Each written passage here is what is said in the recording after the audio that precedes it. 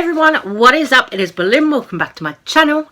This video today, it is going to be a continuation of something that I was kind of half covering yesterday in one of my videos. It is a continuation of the whole Ondreaz Lopez thing, where he's been accused of sexually assaulting someone, and it's getting messier and messier because now the alleged victim has come forward and shared their story. So we're going to go through all of it. I mean, I was in two minds about whether to cover this or not, but I've decided to cover it because I think there are some important things to say, and I think that's something that I want to put out into the world, because honestly, this is very, very messy. I don't think it should have been handled publicly, but they are handling it publicly by sharing their stories, both of them, to their social medias, and this is something that I really want to talk about. So James Charles has been brought into this as well, because he of course made a video with the Lopez brothers on his channel back in June when these guys were being accused of these things. So James Charles has now taken that video down off of his channel. Nikita Dragon, who also made a video with them, has left hers up. So James Charles has decided to take his down because it probably doesn't really look good for his public image. RIP that, he's taken his video down. People are calling for Nikita Dragon to do the same with hers. So, I don't know. We'll see if she does. But let's continue on to this discussion, because the stories are kind of, you know, they've each got their own version. So it's up to you guys which you choose to believe. I'm not saying either of them are telling the 100% truth. I'm going to read you out their stories and you guys can make up your own minds. So let's get into it. Yeah. I tried to tell my story last year. Both David Aguilar and Tony claim that I'm lying. I also went to the police about it. They said they can't do much. Ondreaz replied apologizing to me while misgendering and dead-naming me, and claiming that I've congratulated both him and his brother on things when I ceased communication in 2018 because of what happened. I already went through my depression spiral after all the death threats and hate I was getting, so I will not be answering any questions. You guys can go fucking find them yourselves. That whole family is disgusting. James Charles denies defending Ondreaz Lopez over sexual assault allegations. Here somebody said to James Charles, "Remember when people accused Ondreaz of sexual assault and you tweeted calling them clout chasers? It's the victim blaming for me." James Charles responded with, "What are you talking about? I would never say that." But if we go back to June of 2020, James Charles tweeted this out: "Victims deserve to be heard and should never be invalidated." But it's insane that anonymous newly made accounts are popping up with stories and people are just believing it with no proof at all. I'm not defending anyone, but there are always two sides to every story, and that was on June 22nd last year, 2020, which was when the Lopez brothers were being accused of these things. Ondreaz, the alleged victim from the TikTok I just showed you in the beginning, has shared their story on their Twitter page. So this dates back to August the 5th, 2018. They say, "I slept over at the brother's house before the trip because it was easier for me and the person they were with. I was sleeping on the couch because I wanted to cuddle with the dog, but he wasn't going next to me. I went to sleep at 2 a.m. and at 4 a.m. Andre woke me up and he was like, 'Don't sleep on the couch, sleep on the bed.' And I didn't think anything of it, like, okay, I'll definitely sleep on the bed.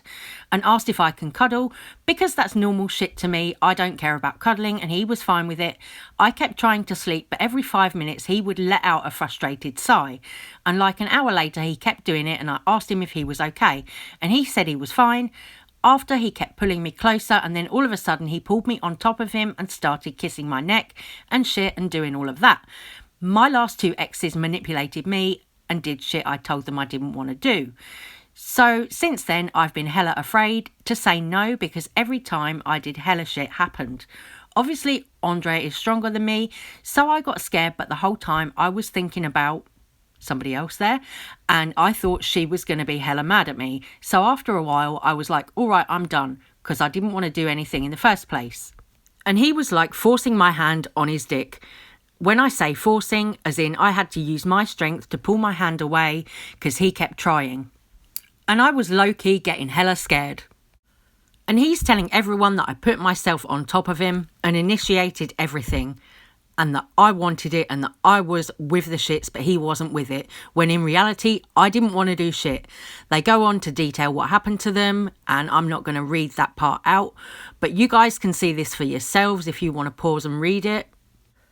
Ondreaz has now responded to the alleged victim and put this out on his social media. He says, "It has been brought to my attention that a girl I used to be on a dance team with claimed that I had sexually assaulted her, and I wanted to take some time to address this head on.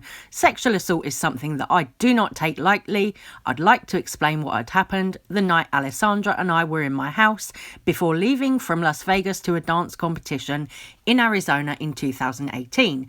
After a day of rehearsal, another one of our team members, named Chanel, suggested that Tony and I should ride with her and Alessandra to the competition the next day. They also suggested that the two of them should spend the night at our house. That way the next morning wasn't crazy, and we said that was fine. I was out running errands and the two girls got to our house before I did. I didn't get back to my house until around 2 a.m, and when I entered, the two girls were laying on the couch in the living room. Chanel insisted that she go lay in Tony's room. Wanting to be polite, I asked Alessandra if she wanted to remain on the couch or sleep in my room, and she said my room. When we got to the room, I laid in bed first, and Alessandra said to me, I'd like to cuddle, and so we did. She initiated it, put her legs over mine, and buried her face in my neck. She said in her post that I was sighing because nothing was happening, but I was actually sighing because it felt like she was breathing on my neck to get my attention. She asked me if I was good, and I said I was. Eventually I turned my head towards her and she initiated making out. We mutually made out for about half an hour, and it felt like things were escalating, so I did get on top of her. At this point she then stopped me and said she didn't want to have sex. I was definitely confused, but at no point did she have to force herself out from under me. There was no aggression at all. Simply got off her and we laid on different sides of the bed and got up for competition the next morning. Since that night, Alessandra and I have not been intimate again, but have actually remained cordial. She has made light-hearted jokes about the night we did spend together, always gave me hugs at dance-related events, congratulated Tony and I on what has happened because of social media, and even posted positive things about us in 2019.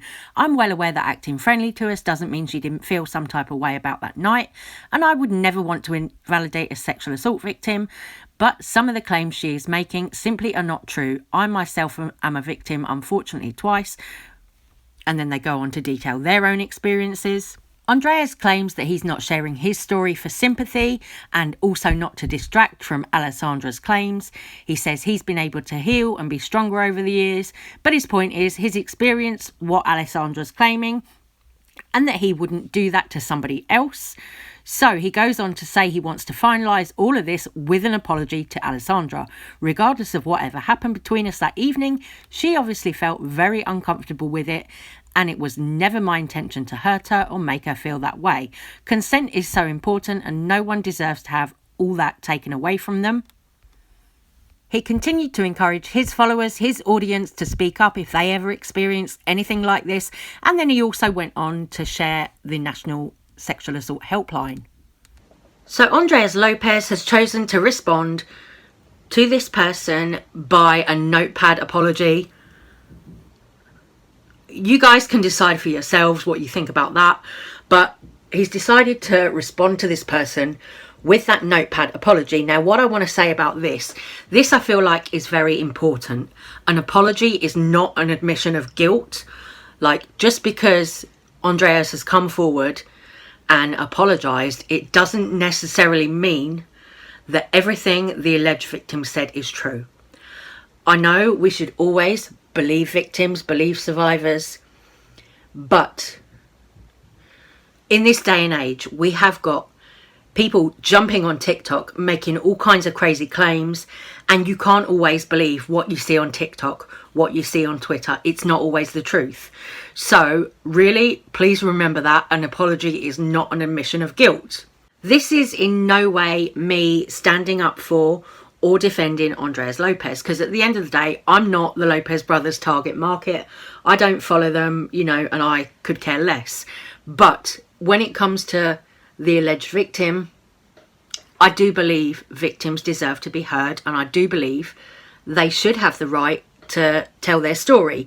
So if this is true, then more power to the alleged victim for coming forward, sharing their story in a way that they felt comfortable to do so. But as I said, an apology is not an admission of guilt. So we can't always take things that people say on TikTok as the gospel truth.